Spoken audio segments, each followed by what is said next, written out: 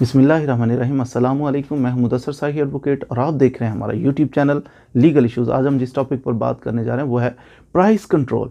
क्या पाकिस्तान के अंदर प्राइस को ये अशिया खुर्दोनोश हैं, डेली लाइफ में हम यूज़ करते हैं, इनकी प्राइस कोई कंट्रोल भी है या जिसका जी चाहे जितनी चाहे वो प्राइस चार्ज करे?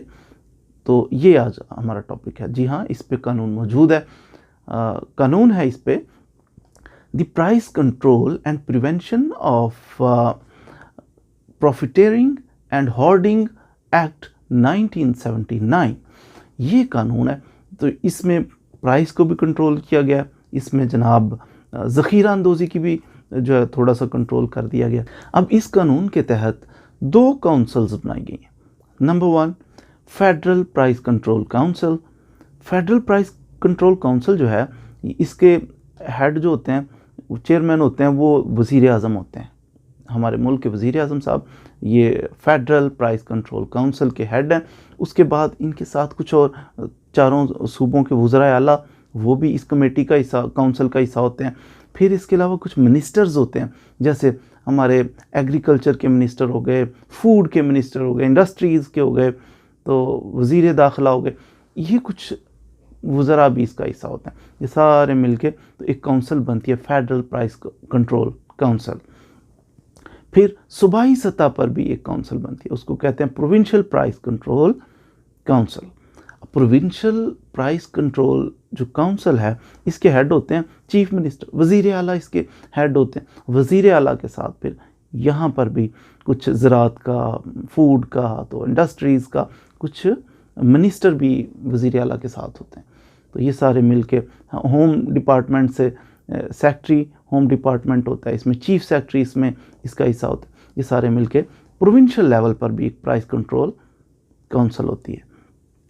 इसका काम क्या है? अब ये काउंसिल तो बन गई, सूबाई सतह पर भी बन गई, वफाक की सतह पर भी बन गई। इसका मकसद है कि अवाम को अशिया खुर्दोनोश जो रूटीन में इस्तेमाल की जाने वाली, मसलन चीनी, पत्ती, दूध, दालें और साबुन, इस किस्म की चीज़ें जो हर बंदे ने ईंटें यूज़ करनी है, घर बनाने हैं, तो सीमेंट, रेत और क्या हो सकता है, यानी ये ऐसी चीज़ें जो हर घर की ज़रूरत है, हर बंदे की ज़रूरत है, इनकी प्राइस को कंट्रोल करना इनका मकसद होता है।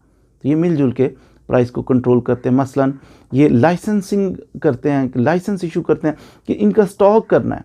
अगर कोई बंदा स्टॉकिस्ट, वो कहते हैं मैं स्टॉक, उसके फिर मैक्सिमम लिमिट उसकी लगाते हैं कि ज़्यादा से ज़्यादा आप इतना स्टॉक करेंगे, इससे ज़्यादा नहीं कर सकते।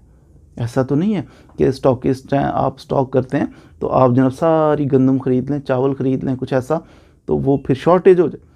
जब किसी चीज़ की शॉर्टेज हो जाए तो फिर उसकी प्राइस ऑटोमेटिकली इंक्रीज़ हो जाती है।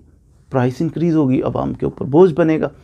तो ये मैक्सिमम एक लिमिट है जो कि बता दी जाती है, इससे ज़्यादा आप स्टोर नहीं कर सकते।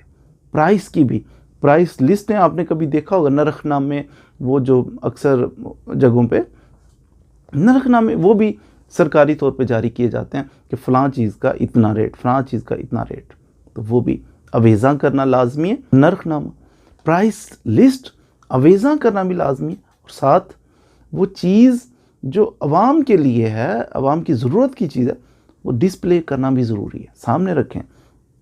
ऐसा नहीं है आप चीज़ स्टॉक की है और छुपा के रख दिया और सामने नहीं ला रहे अवाम के, अवाम ख़रीदने।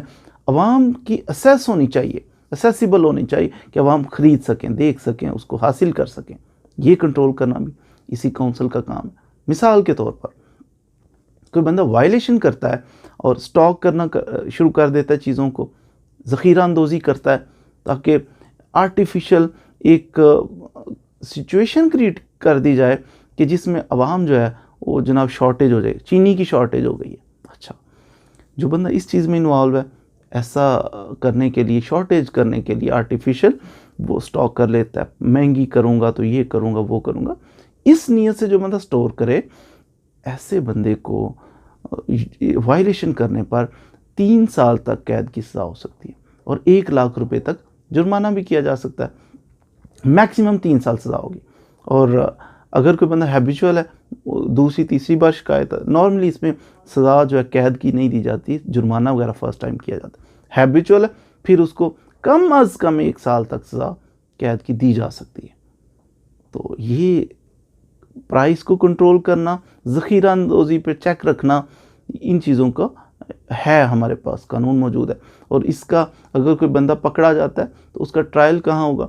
स्पेशल मजिस्ट्रेट उसका ट्रायल करेगा और समरी ट्रायल होगा, 1 महीने के अंदर अंदर ख़त्म हो जाएगा ट्रायल। और साथ ही अगर उसकी अपील करना चाहें सेशन जज के पास, वो भी 1 महीने में ख़त्म हो जाएगी। उम्मीद है आपने आज के लेक्चर से प्राइस कंट्रोल एक्ट जो है हमारा 1977 और ज़ख़ीरा अंदोज़ी के बारे में आपने कुछ ना कुछ ज़रूर सीखा होगा। पंजाब में इसके मुतल्लिक़ अभी 2020 के अंदर एक ऑर्डिनेंस आया, the prevention of hoarding ordinance 2020। तो इसके अंदर भी यह ज़ख़ीरा अंदोज़ों के ख़िलाफ़ क्रैकडाउन किया जाएगा, उनको पकड़ा जाएगा, उनको सज़ाएँ दी जाएंगी। तो इसके अंदर लिस्ट एक बाकायदा है कि जो लोग कौन कौन सी अशिया हैं जो लोगों की ज़रूरत की हैं, वो ज़ख़ीरा अंदोज़ी नहीं की जा सकती, जुर्म है, उस पर सज़ाएँ और जुर्माने होते हैं। Thank you very much.